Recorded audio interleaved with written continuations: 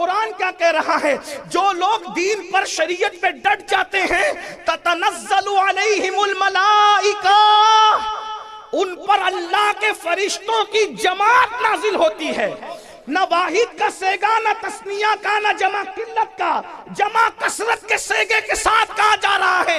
1 2 4 फरिश्ते नहीं आते, बल्कि लाखों फरिश्तों की जमात उनके पास आती है और उनके पास बैठते हैं, बात करते हैं। कहते क्या, अल्लाह तखाफू, घबराना मत, वला तहज़नू, खौफ मत खाना, गम मत करना, व अबशिरू बिल जन्नतिल्लती कुंतुम तुअदून, मौत बाद में आ रही है, जन्नत की खुशखबरी पहले सुनाई जा रही है, जन्नत का मुद्दा सुनाया जा रहा है। फरिश्ते बताते हैं ये नेमत है, ये नेमत है, ये नेमत है, ये नेमत है, जन्नत की ये नेमत है, ये नेमत है, ये नेमत है। तो वो बंदे मोमिन अल्लाह वाला कहता है, फरिश्तों ये दीदार वहां होगा, यारों से मुलाकात होगी, प्यारों से मुलाकात होगी, रसूल से मुलाकात होगी। जो भी फरिश्ते बताते हैं तो वो मोमिन बंदे का क्या कहता है, फरिश्तों ये मिलेगा कब? तो फरिश्ते कहते हैं जब तक मरोगे नहीं, रूह नहीं निकलेगी जिस्म के पिंजरे से,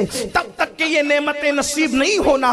तो वो अल्लाह वाला खुद कहता है, फरिश्तों फिर देर किस बात की है, जरा जल्दी करो ना, हम भी दुनिया से जाने के लिए तैयार है। इधर मोमिन मरने के लिए तैयार होता है, उधर कुदरत उसकी मौत का फैसला करती है। और जब मोमिन दुनिया से जाता है तो हदीस पाक में आता है, फरिश्ते लाखों की हस्बे मरातीब, किसी के मैयत के लिए 500 आते हैं, किसी में हजारों आते हैं, किसी में 70,000 आते हैं, किसी में लाखों आते हैं, किसी में ताहद्दे निगाह आते हैं, और 2 जन्नत के कफन लेकर आते हैं, और जन्नत के कफन लाकर और फिर मुश्क से ज्यादा कीमती खुशबू जन्नत की लेकर आते हैं। हदीस पाक में आता है उस खुशबू वो जमीन से उठती है, आसमान के फरिश्ते महसूस करते, कहते हैं आज जमीन से कैसी खुशबू उठ रही है। तो कहा जाता है किसी मोमिन की रूह के लिए ये जन्नत की खुशबू लाई गई है। 2 जन्नती कफन लाते हैं और बताए हजरत मलकुल मौत रूह बाद में निकालते, पहले उसको खुशखबरी देते हैं, ए नफ्स मुतमइन्ना, या अय्यतुहन नफ्सुल मुतमइन्ना, इरजिई इला रब्बिकी रादियतम मर्दिया, फदखुली फी इबादी वदखुली जन्नती। उसको बशारत देते, इसी पे बस नहीं, अल्लामा सुयूती लिखते हैं कि अल्लाह अकबर, फरिश्ते कहते तुझे अल्लाह ने सलाम कहा है, और जब उसकी रूह निकलती है, आका फरमाते हैं आटे से जैसे बाल निकलता है उसी तरह मोमिन की रूह निकलती है, या भरे हुए मशकीजे से जैसे पानी टपकता है वैसे मोमिन की रूह निकलती है। और तीसरी तमसील फरमाई, दूध पीता हुआ बच्चा जैसे दूध पीते पीते सो जाता है, माँ का पिस्तान मुंह से छूट जाता है, बच्चे को खबर नहीं होती, ऐसे मोमिन की रूह निकलती है, उसको पता भी नहीं चलता। क्यों? इसलिए कि इधर रूह निकल रही होती है, उधर जिसके इश्क में जान दे रहा होता है उस नबी का जलवा सामने होता है। मेरे इमाम कहते हैं जान तो जाते ही जाएगी कयामत, ये है अब यहाँ मरने पे ठहराए नजारा तेरा। अरे हुस्ने यूसुफ मौजूद हो तो उंगलियां कटने का दर्द नहीं होता, हुस्ने मुस्तफा मौजूद हो तो रूह निकलने की तकलीफ कैसे हो सकती। इस शान से मोमिन दुनिया से जाता है, और जब वो दुनिया से जाता है अल्लाह अकबर, फरिश्ते उसकी रूह को उस कफन में लपेटते हैं और खुशबू में बसाते हैं, और उस जब पहले आसमान पे जाते हैं तो कहते कौन है, तो दुनिया में जिस नाम से उसको पुकारा जाता था उसी नाम से उसको बताते हैं, और सारे फरिश्ते उसके लिए मगफिरत और रहमत की दुआ करते हैं, यहां तक कि सिदरतुल मुंतहा तक उसकी रूह पहुंचती, खुदा के दरबार में उसकी। यही तो बात है, दुनिया में कोई मजहब ऐसा ना मिलेगा जो मौत के दिन खुशी मनाता हो, और ना कोई मसलक ऐसा मिलेगा जो मौत के दिन खुशी मनाता हो। मजहब में इस्लाम है और मसलक में सिर्फ अहले सुन्नत व जमात है। सब तो मरण दिन को गम का दिन मनाते, ये सुन्नी ही है जो मौत के दिन को उर्स का दिन करार देते हैं। वजह किसका मर के कहा गया ये वो जाने, जो हमारे होते हैं वो खुदा का विसाल पाने का शरफ हासिल करते हैं।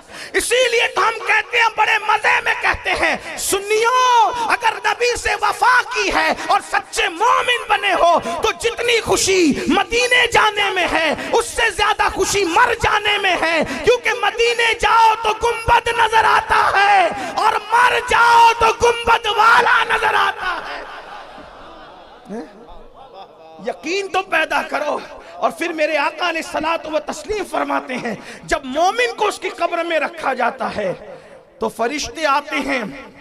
उम्मुल मोमिनीन सैयदा आयशा सिद्दीका ने कहा, या रसूल अल्लाह, फरिश्तों की शक्ल जो आपने बताई अब मुझे डर लगता है।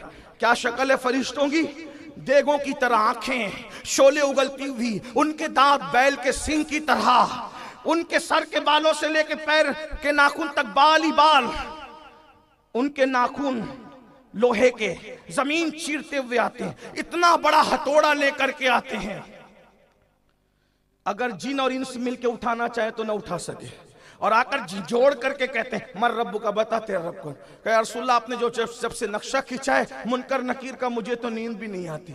आका ने फरमाया, वो औरों के लिए है, जो मेरे वफादार है उनके लिए। वो ऐसा नहीं करते, वो ऐसा नहीं करते, बल्कि उनकी आवाज जो सच्चा मोमिन वफादार होता है उसको ऐसे चिंगाड़ की नहीं आती, ऐसे नहीं आती उसको आवाज, अल्लाह अकबर। तो कहा फिर उनके लिए तो कुछ और ही माहौल है, बल्कि नकीरैन, मेरे इमाम ने कहा नकीरैन करते हैं ताजीम मेरी।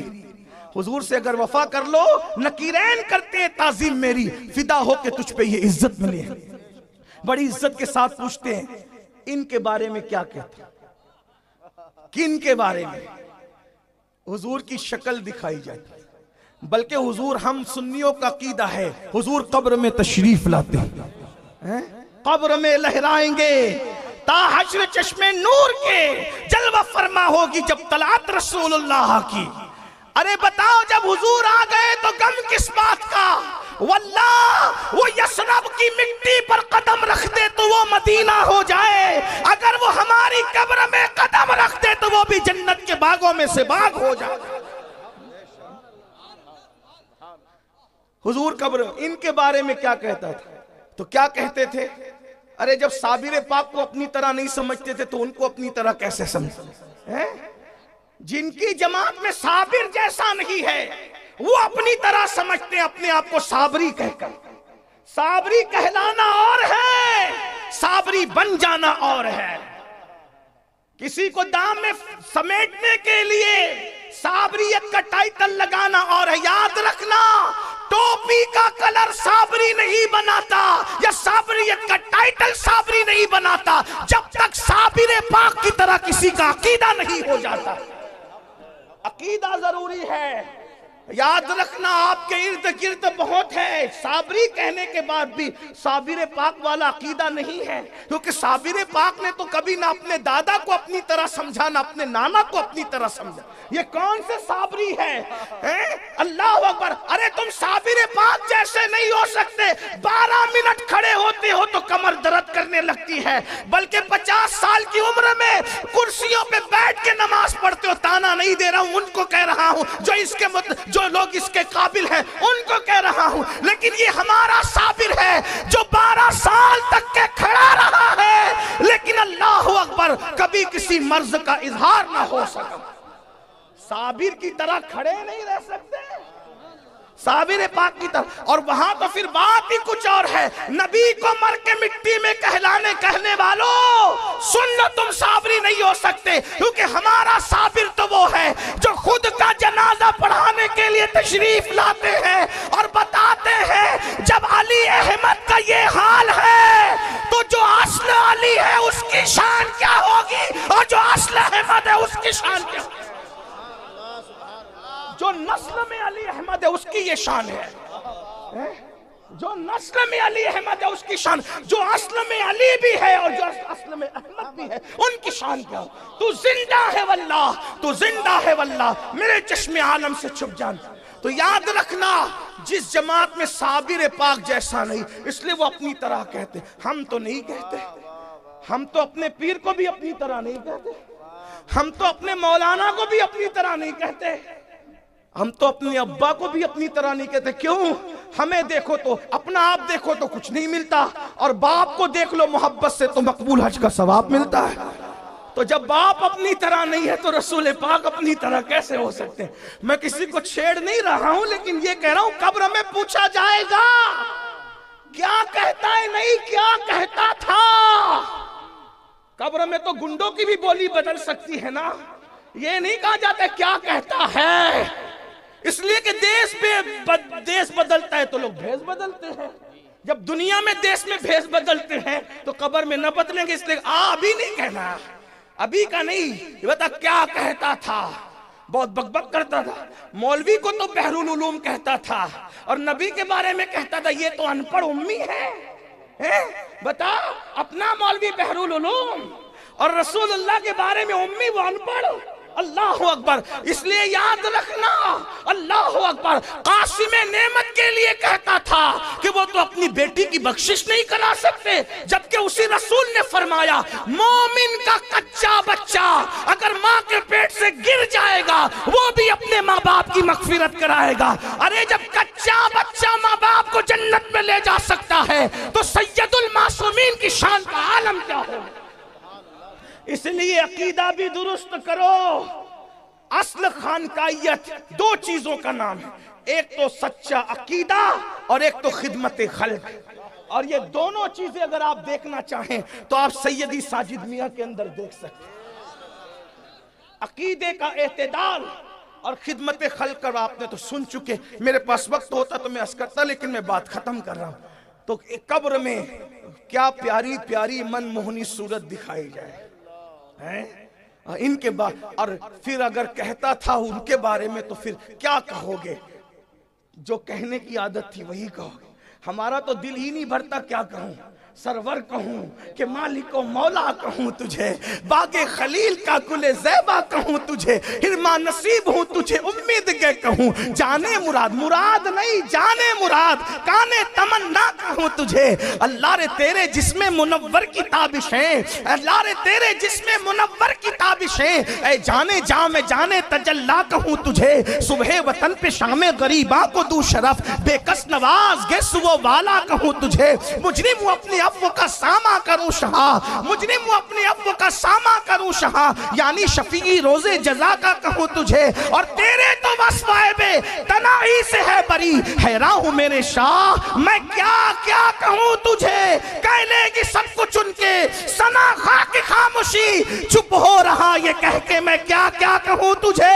लेकिन रज़ा ने खत्म सुखरिश पे कर दिया, खालिक का बंदा खल्क का आका कहूं तुझे। नमी दानम से मंजिल बूद शब जाए के मन बूदम, बाहर से रक्स बाहर सु रक्स बिस्मिल, बूद शब जाए के मन बूदम। परी पैकर निगारे, परी पैकर निगारे, परी पैकर निगारे, सर्व कद्दे लाला रुखसारे, सरापा आफते दिलबूर, शब जाए के मन बूदम, खुदा खुद मीरे मजलिस, बूद अंदर लाम का खसरो, मोहम्मद शम्मे महफिल, बूद शब जाए के मन बूदम। व अहसन मिन कलम तरक़त तुआइनी, व अजमल मिन कलम तलीत निसा, खुलिक़त मुबर्रअम मिन कुल्ली ऐबिन, कहन्नका कद खुलिक़त कमा तशा। जामी कहते आयात कुरान अबरुयत, तफसीर कुरान गेसुयत, रूए तो कुरान माँ ईमा तुई। अल्लाह की सरताब कदम शान है ये, इंसान ही इंसान ये इंसान है, इंसान है इंसान वो इंसान है ये। कुरान तो ईमान बताता है इन्हें, ईमान ये कहता है मेरी जान है।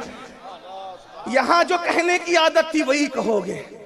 क्या हुस्न है सैयद अबरार तुम्हारा, अल्लाह भी है तालिबे दीदार तुम्हारा। क्यों दीद के मुश्ताक न हो हजरत यूसुफ, अल्लाह का दीदार है दीदार तुम्हारा। लेकिन जब जवाब सही दोगे तो नकीरैन कहेंगे हमें यकीन था कि तू ऐसा ही जवाब देगा। क्यों बेखबर नहीं थे, क्योंकि दुनिया में कहता क्या था मालूम है। तो फिर क्या कहा जाए, तूने सही जवाब दिया इसलिए अब तेरे लिए, तूने सही जवाब दिया इसलिए अब तेरे लिए जहन्नम की खिड़की खोली जा रही है। तवज्जो कर ले, तूने सही जवाब दिया इसलिए तेरे लिए जहन्नम की खिड़की खोली जा रही, जहन्नम की खिड़की खोली जाएगी। कहा अगर सही जवाब नहीं देता तो ये तेरा ठिकाना था, उसको बंद करके कहा जाएगा लेकिन तूने जवाब सही दिया इसलिए तेरे लिए जन्नत की खिड़की खोली जा रही। पहले जहन्नम की ताकि पता चल जाए कि अगर 2 नंबरी करते तो कहां पहुंचते। सच्ची अकीदे पे रहे तेरे गुलामों का नक्शे कदम है राहे खुदा, वो क्या बहक सके जो ये सुराग लेके चले। गरीब नवाज के अकीदे पे, गौसे पाक के अकीदे पे, साबिर पाक के अकीदे पे, महबूब इलाही निजामुद्दीन औलिया के अकीदे पे। बहरहाल फिर क्या होगा, जन्नत की खिड़की खोली जाएगी। आका फरमाते हैं ता हद्दे निगाह कब्र कुशादा कर दी जाएगी। एक हदीस में है कि मशरिको मगरिब तक कब्र कुशादा कर दी जाएगी। एक हदीस में है कि 70 गज, यानी तकवे के एतबार से, अमल के एतबार से, यकीन के एतबार, जिसका जैसा मामला होगा ताहद। और फिर क्या होगा, फरमाया जाएगा सुन ले अब, सुन ले अब भाई, ये नजर अभी ना लाए, नजर मियाँ कह रहे लाने दो भाई, मैं लूंगा ऐसे। नजर लाना बात अच्छी लग रही है, वहीं बैठो, सुनो पहले। गुरूर से मना नहीं कर रहा हूं, हम तो सूफिया के गुलाम हैं भाई, नजर कैसे मना करेंगे हैं?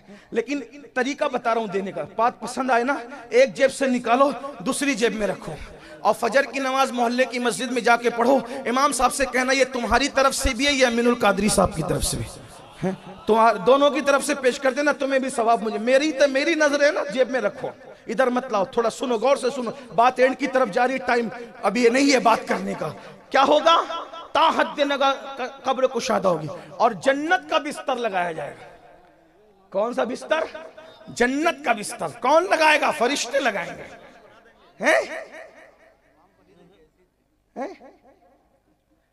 मैंने कहा जहां जहां लोगों ने दिया, और अगर वो नहीं देंगे जेब में रख के तो वो मेरी अमानत है, देंगे वो। मेरी कौम पर मुझे एतमाद है। हाँ, मियाँ मेरे भाई सलीम मियाँ, मेरे बड़े भाई, वो कह रहे हैं मैं कल को दूंगा, तो वो देंगे इंशाल्लाह। और सैयद तो होता ही देने वाला है भाई। हाँ, जब शजरों से सैयद ना पहचाने जाए तो 2 चीजों से पहचानना। क्या? एक उनकी सखावत से, एक उनके अखलाक से। हाँ, याद रखना अच्छी तरह। अल्लाह अकबर। एक मर्तबा एक बहुत बड़े बादशाह ने, नाम नहीं लूंगा, सैयदों को कत्ल कर दिया नकली समझ करके। बाद में किसी ने बताया नहीं, वो तो तेरे चुगलखोरों की चुगलियां थी, तूने कत्ल कर दिया। तो उसने कहा फिर अब क्या करूं? का माफी मांग ले। का माफ ना करे तो का असली होंगे तो माफ कर ही देंगे ना। इसलिए कि माफ करना ये तो उनका मौरूसी मामला है। हाँ, नहीं देखते इमाम हसन ने कैसे कैसों को माफ किया, इमाम हुसैन ने कैसे कैसों को माफ किया। अल्लाह अकबर। माफ करना उनका अपना काम है। उनके नाना ने नहीं कहा था जान के दुश्मनों से ला तसरीब अलैकुमुल यौम, बल्कि कैसा सखी होता है सैयद बताऊं? सैयदों का बाप सैयदुस सादात, इमामुल मशारिक वल मगारिब, हल्लाल मुश्किलात वन नवाइब, अखी रसूल व ज़ौजिल बतूल, इमाम अली इब्न अबू तालिब। ऐन जंग की हालत में एक यहूदी पे तलवार उठाई, उसने हाथ फैला के कहा अली भीख में तलवार दे दो। उठाई हुई तलवार दे दी। कोई जंग में तलवार देता है? उसने कहा, मैं नहीं कह रहा हूं, उसने कहा, उसकी बात नकल कर रहा हूं। उसने कहा अली माज़ल्ला, या तो तू हद दर्जा नादान है, कोई दुश्मन को भी तलवार भीख में देता है, या तू बहुत बड़ा बहादुर है। दूसरी बात सही थी। तो मौला ने कहा क्यों ऐसा कहता है? कहा दुश्मन को भी कोई तलवार हालत जंग में दे देता और निहत्ता होता है। फरमाया ये मेरे घर की रीत है, हम जो मांगने वाले को नहीं देखते दोस्त है या दुश्मन है, जो हाथ फैला देता है उसको अता कर देते हैं। जिस दरवाजे से यजीद भी महरूम न गया, हम कहां महरूम जाएंगे? यजीद ने हाथ मांगा था, इमाम ने हाथ नहीं दिया, चूंकि वो गैरत थी, लेकिन सर दे दिया, ये सखावत थी। हाँ, दिया तो उसको भी। जहां से यजीद महरूम न जाए, हम लोग कहां महरूम जाने? आओ दरे ज़हरा पर फैलाए हुए दामन, नस्ले करीमों की लचबाल घराना है। बात दूर निकल गई, क्या अर्ज कर रहा था सुन ले। जन्नत का बिस्तर बिछाया जाएगा, और जन्नत का बिस्तर बिछाकर कहा जाएगा नम का नौमतिल अरूस, ऐसे सो जा जैसे पहली रात की दुल्हन सोती है। अब मेरी ज़बान हया इसका मुकम्मल तबसरा नहीं कर सकती बुजुर्गों की मौजूदगी में कि पहली रात की दुल्हन कैसे सोती है, लेकिन इतना इशारा करके ख़त्म कर दूंगा बात को कि पहली रात की दुल्हन को सजाया जाता है, संवारा जाता है। आपको रात को क्यों संवारते हैं दुल्हन को? सोने वाला भी कोई संवरता है? जिसको सोना है उसकी जुल्फें तो बिखरना है, जिसको सोना है उसके कपड़ों की इस्तरी तो खत्म होनी है, जिसने सोना है उसकी खुशबू ने तो उड़ जाना है। फिर रात को दुल्हन को क्यों संवारते हैं? ये दुल्हने भी अच्छी तरह जानती है, आप भी अच्छी तरह जानते हैं। तो मरने वाले को क्यों संवारते हैं? उसने तो मिट्टी में मिल जाना है।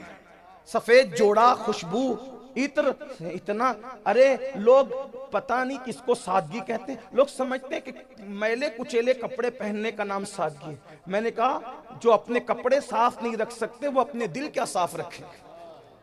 हाँ, मैले कुचेले कपड़े पहनने का नाम सादगी नहीं है, या हल्के फुल्के कपड़े पहनने का नाम सादगी। हम लोग कादरी लोग हैं, हमारा कादरी तसव्वुफ है, लेकिन चिश्ती इस एतबार से कि हम हिंदुस्तानी हैं। हम कादरी होकर के कहते हैं कि जो हिंदुस्तान में पैदा हो पहले वो चिश्ती है, बाद में सब कुछ है, क्योंकि कादरियत भी मिली हमें चिश्तियत की वजह से। और हम लोग सिलसिलों को खानों में नहीं बांटते। औलिया अल्लाह खानों में बांटने के लिए नहीं आए थे, वो तो पूरी कायनात को अपने फैजान से यकसा सैराब करने के लिए आए थे, और उन्होंने सैराब किया अल्हम्दुलिल्लाह। तो मैं बात क्या कर रहा था, हमारा कादरी तसव्वुर, अच्छा खाओ, अच्छा पहनो, अच्छा अमल करो। सादगी दिल की कैफियत का नाम है। कीमती कपड़े पहन के मगरूर मत होना, ये सोचना कि उसने पहनाया मेरी पहनने की औकात न थी, ये सादगी है। बात समझ में आती है?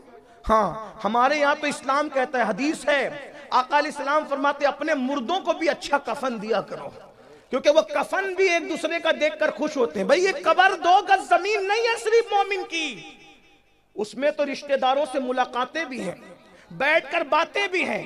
हदीस पाक है, उठा कर देखे कुतुबे हदीस, यहां तक पूछा जाता है नई आने वाली रूह से मेरा बेटा कैसा है और फला की बच्ची कैसी है, उसकी शादी हुई कि नहीं हुई। कब्र में ये भी बातें होती है। पिटते वो हैं जो यहां पिटने जैसा काम करते हैं, लेकिन मोमिन की कब्र तो जन्नत के बागों में से बाग है अल्हम्दुलिल्लाह। तो वहां शादी ब्याह की बात भी होती है। अगर आपको बहुत ज्यादा नहीं मालूमात है तो उर्दू जबान में शरह सुदूर अल्लामा जलालुद्दीन सुयूती की किताब, उसका तर्जुमा आ चुका है, आप उसको पढ़ने आपका यकीन पुख्ता होगा मौत कितनी खूबसूरत चीज है। मेरे आका फरमाते हैं मौत तोहफा है मोमिन के लिए, मुहिब को महबूब से मिला देती है। तो बहरहाल अर्ज क्या कर रहा था, दुल्हन को सजाया जाता है।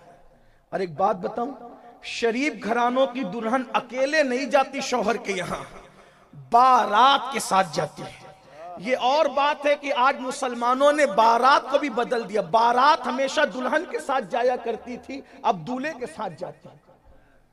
वो दुल्हन के साथ क्यों जाती थी, इसको बारात क्यों कहते हैं? जैसे किसी अमल करने वाले को बाअमल कहते हैं। मैं कोई मुहक्किक आदमी नहीं हूं, तालिब इल्म, समझाने की कोशिश कर रहा हूं, गलती होगी तो यहीं से इस्लाह। बाअमल कहते हैं मतलब अमल वाला, बावकार वकार वाला। तो ये बारात, रात वाले। ये क्यों? जब दुल्हन जाती थी रात को शौहर के घर तो मोहल्ले रिश्तेदार सब उसको पहुंचाने जाते थे कि रास्ते में कोई लूट न ले। बहुत साजो सामान और सजी धजी रहती थी ना, डाकू अपना काम न कर। तो और फिर दूसरी बात यह है, चोरी चुपके तो नहीं जाती शरीफों की दुल्हनें, अल्लाह ऐलान जाती है, क्योंकि जिनके निकाह चोरी चुपके होते हैं वो चोरी चुपके जाते हैं। हमारे यहाँ ना चोरी चुपके निकाह है और ना चोरी चुपके आना जाना है, हमारे यहाँ तो बारात के साथ है। लोग आज बारात के भी मुखालिफ हो गए, ये बारात नहीं होनी चाहिए। मैंने कहा उसकी भी कोई हिकमत है, लेकिन बहरहाल वो बारात के साथ जाती है। पता चलता है शरीफों की दुल्हन जाए, इधर भी बारात है और इधर भी बारात है। मोमिन का जनाजा नहीं देखते, किस शान का होता है। अगर नहीं देखा था तो साजिद मियां के जनाजे का तस्वुर कर लो, हैं? देखते नहीं कितने जनाजे में लोग। बहरहाल तो ऐसे सो जैसे पहली रात की दुल्हन। तो पहली रात की दुल्हन जब सोती है लोगों को लगता है कि वो सो गई, लेकिन वो सोती नहीं है। वो चादर मुख पर डालकर किसी के मुंतजिर होती है। गोरी सोए सेज पर, मुख पर डारो केश, चल खुसरो घर आपने, शाम भई सो देश, सांझ भई सो देश। हैं?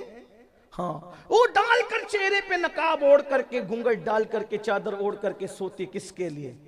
कोई और ना जगाएगा इसको, महबूब जगाएगा। सब समझते सो गई सो गई सो गई सो गई, लेकिन महबूब के कदमों की आहट आती है और वो उठकर बैठ जाती बिला तमसील। उसको कहा जाए सो जा ऐसे जैसे पहली रात की दुल्हन सोती। कौन जगाने? उसको उसका महबूब जगाने आएगा, इसको इसका महबूब जगाने।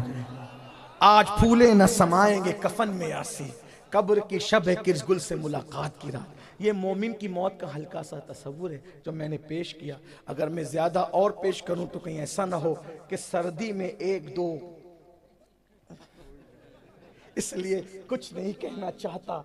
हाँ, आपकी बद्दुआ नहीं लेना चाहता, मैं इसी पे बात पूरी करता हूँ। अल्लाह साजिद मियाँ के शहजादों को, काब मियाँ, मखदूम मियाँ और जो शहजादे उनके वालिद का सच्चा जानशीन बनाए। उनके वालिद ने इल्मी काम बहुत किया, और जो इल्म के जरिए से जिंदा रहता है उसे मौत नहीं आ सकती। और उसूल बिलाद मुंबई उज़्मा में मैं समझता हूँ कि रकबे के एतबार से सबसे बड़ा दारुल अगर किसी का है तो वो साजिद मियाँ साहब रहमतुल्लाह अलैह का कायम करदा है। और कई मकामात पर उन्होंने इदारे कायम किए। और आज मैं आपसे कहना चाहता हूँ, हमारी कौम को इल्म की बड़ी ज़रूरत है। आप भी इल्म हासिल कीजिए, अपने बच्चों को भी पढ़ाइए, खुद भी पढ़िए। हमारे महारेरा के मशाइख ने ऐलान किया है, आधी रोटी खाएंगे, बच्चों को पढ़ाएंगे। अपने बच्चों को पढ़ाओ, बच्चियों को पढ़ाओ, एजुकेशन को आम करो। हर बच्चा कम से कम ग्रेजुएट होना चाहिए। 10वीं 12वीं पढ़ाकर बच्चों को ड्रॉप आउट मत करो। लोग कहते तालीम महंगी हो गई, नहीं, मोबाइल भी तो महंगा हुआ, जिन्स भी तो महंगी हुई, मकान भी तो महंगे हुए, कपड़े भी तो महंगे हुए, ब्यूटी के सामान भी तो महंगे हुए। क्या कभी तुम जूते का शोरूम ये कह करके वापस लौटे हो कि जूते महंगे हो गए, जूते नहीं खरीदना? कपड़े महंगे हो गए, कपड़े नहीं खरीदना? हर महंगी चीज खरीदते हो, फिर तालीम के महंगा होने का बहाना क्यों करते हो? अगर तालीम महंगी हुई तो सभी तो महंगा हुआ है। अपने बच्चों को पढ़ाओ और खूब पढ़ाओ, इसलिए कि मौलाए कायनात सैयदना अली मुर्तजा करमल्लाहु ताला वजहुल करीम फरमाते हैं, तुम्हारे माँ बाप ने जितना तुम्हें सिखाया उससे बढ़कर तुम अपनी औलाद को तालीम दो, क्योंकि तुम्हारे दौर से ज्यादा तेज रफ्तार दौर तुम्हारी औलाद का दौर होगा। इसलिए अगर दुनिया की कामों के बराबर में खड़े रहना है तो आधी रोटी खाना पड़े तो खाओ, भूखे रहना पड़े तो रहो, अपने पेट को मारना पड़े, ख्वाहिशात को मारना पड़े तो मारो, लेकिन अपने बच्चों को पढ़ाओ, तालीम को आम करो। जितना इल्म आम होगा उतना तरक्की होगी। लोग कहते हैं नौकरी नहीं मिलती, क्यों पढ़ाएं? हम नौकरी के लिए बच्चों को नहीं पढ़ाते, अच्छा इंसान बनाने के लिए पढ़ाते हैं। क्योंकि अनपढ़ के बोलने का अंदाज और पढ़े लिखे के बोलने के अंदाज में फर्क है। अनपढ़ के खाने में पढ़े लिखे के खाने में फर्क है। अनपढ़ के उठने बैठने में और पढ़े लिखे के उठने बैठने में फर्क है। अनपढ़ के सोचने में और उठने बैठने के सोचने में फर्क है। इसलिए बच्चों को पढ़ाओ, खूब पढ़ाओ, आगे बढ़ाओ। अगर लोगों से बराबरी करना है, बराबर खड़े होना है। और साजिद मियाँ साहब रहमतुल्लाह अलैह ने यही काम किया। इल्म पर उन्होंने मेहनत की, मदरसे कायम किए, स्कूल कायम किए, बच्चियों के इदारे कायम। क़ालू रब्बुनल्लाह सुम्मा इस्तक़ामू ततनज़्ज़लु अलैहिमुल मलाइका अल्ला तख़ाफ़ू वला तहज़नू व अबशिरू बिल जन्नतिल्लती। मराकिज़ अहले सुन्नत अजमेर मोहल्ला से तशरीफ़ लाने वाले हुजूर सैयदी सैयद गयास मियाँ साहब किबला चिश्ती मद्दज़िल्लहुल आली, खतीब अहले सुन्नत मुहक्किक़ असर हज़रत अल्लामा सैयद शमीम मियाँ साहब किबला पटना, बिरादर मुकर्रम हज़रत पीर सैयद सलीम मियाँ साहब किबला और साहिब सज्जादा हुजूर सैयद साजिद मियाँ साहब, हज़रत पीर सैयद मखदूम मियाँ और साहिब सज्जादा आस्ताने आलिया सरकार साबिर पाक सैयद यावर मियाँ। करीबे हजरत कादिर गया, बंदा मिलने को करीबे हजरत कादिर गया, लम्हे बातिन में गुमने जलवे जाहिर गया। वास्ता प्यारे का ऐसा हो कि जो सुन्नी मरे, यूं न फरमाए तेरे शाहिद के वो फाजिर गया। और अर्श पर धूमे मचे वो मोमिने स्वालिह मिला, अर्श पर धूमे मचे वो मोमिने स्वालिह मिला, फर्श से मातम उठे वो तैयबो ताहिर गया। और ठोकरे खाते फिरोगे उनके दर पे पड़ रहो, ठोकरें खाते फिरोगे उनके दर पे पड़ रहो, काफिला तो ए रजा अव्वल गया आखिर गया। आज की ये महफिल पीर तरीक़त, रहबरे राह शरीयत, मेमार कौम मिल्लत हजरत पीर सैयद साजिद मियाँ साहब किबला रहमतुल्लाहि ताला अलैह के उर्से चहलुम के मौके पर इनेकाद पजीर है। और मुझे बताया गया था कि 11 बजे प्रोग्राम मुकम्मल होना है। और मौसम जिस एतबार से अपनी ठंडक को हम सब की लपेट में ले रहा है, अगर इस वक्त तो मुझे नमाज पढ़ाने के लिए भी कहा जाता तो मैं नमाज मुख्तसर ही करता। तो जब लोगों का ख्याल करते हुए नमाज मुख्तसर की जा सकती है तो बयान भी मुख्तसर किया जा सकता है। मुझसे पेशतर हमारी जमात के बड़े अजीम मुहक्किक मखदूम गिरामी कद्र हज़रत अल्लामा सैयद शमीम मियाँ साहब की वजह से आपने खिताब समात किया। होना तो ये चाहिए था कि हज़रत का खिताब बाद में होता, क्योंकि आप अपने दौर के अजीम मुहक्किक हैं, मैं एक तालिब इल्म, लेकिन बहरहाल तरतीब उलट गई। मैं बहुत मुख्तसर इनके खिताब के बाद में क्या खिताब कर सकूंगा, बल्कि मैं तो यही चाहता हूं कि इनके खिताब के बचे कुचे कतरे मैं अपने दामन में समेट कर आपके दामन में उंडेल दूं और इसका शरफ हासिल करूं। आज बहुत ज्यादा कुछ कहने का वक्त नहीं है। आज लोग तबाही और बर्बादी के दहाने पर है। उर्स की मुनासबत से मुझे सिर्फ 2 बातें अर्ज करनी है। लोग तबाही और बर्बादी के दहाने पर है। सीरिया से लेकर फिलिस्तीन तक, फिलिस्तीन से लेकर के इराक तक, पूरी दुनिया के हालात का आप जायजा लें। उम्मत मुस्लिमा पर लोग ऐसे टूट पड़े हैं जैसे भूखा दस्तरखान पर टूट पड़ता है। आखिर इसकी वजह क्या है? लोग उम्मत मुस्लिमा पर क्यों टूट पड़े हैं? मसाजिद, मकाबिर, इसी तरीके से मदारिस, खानकाहें, अहले खानकाह, इन सब पर एक यलगार है और कौम मुस्लिम अपने आप को गैर महफूज तस्वुर कर रही है। उसकी वजह क्या है? कहीं पर रोटी का मामला, कहीं पर कपड़े का मामला, कहीं पर जानों का मामला, उठती हुई लाशें और आहो बुका का माहौल, यतीम होते हुए बच्चे, जवानी में बेवा होने वाली लड़कियां, ये सब हालात हमें किस तरफ ले जा रहे हैं? तो आज से 1450 साल पहले गैबदा नबी मुस्तफा करीम रऊफुर रहीम सल्लल्लाहु अलैहि वसल्लम ने इरशाद फरमाया, ऐ मेरे सहाबा, एक वक्त आएगा लोग तुम पर ऐसे टूट पड़ेंगे जैसे भूखा दस्तरखान पर टूट पड़ता है। अल्लाह अकबर। जब किसी को भूख लगती है तो भूखा कैसे दस्तरखान पर टूट पड़ता है? अगर आपको इसका अंदाजा करना हो तो शायद प्रोग्राम के बाद आप लंगर शरीफ में जाकर के अंदाजा कर सकते हैं।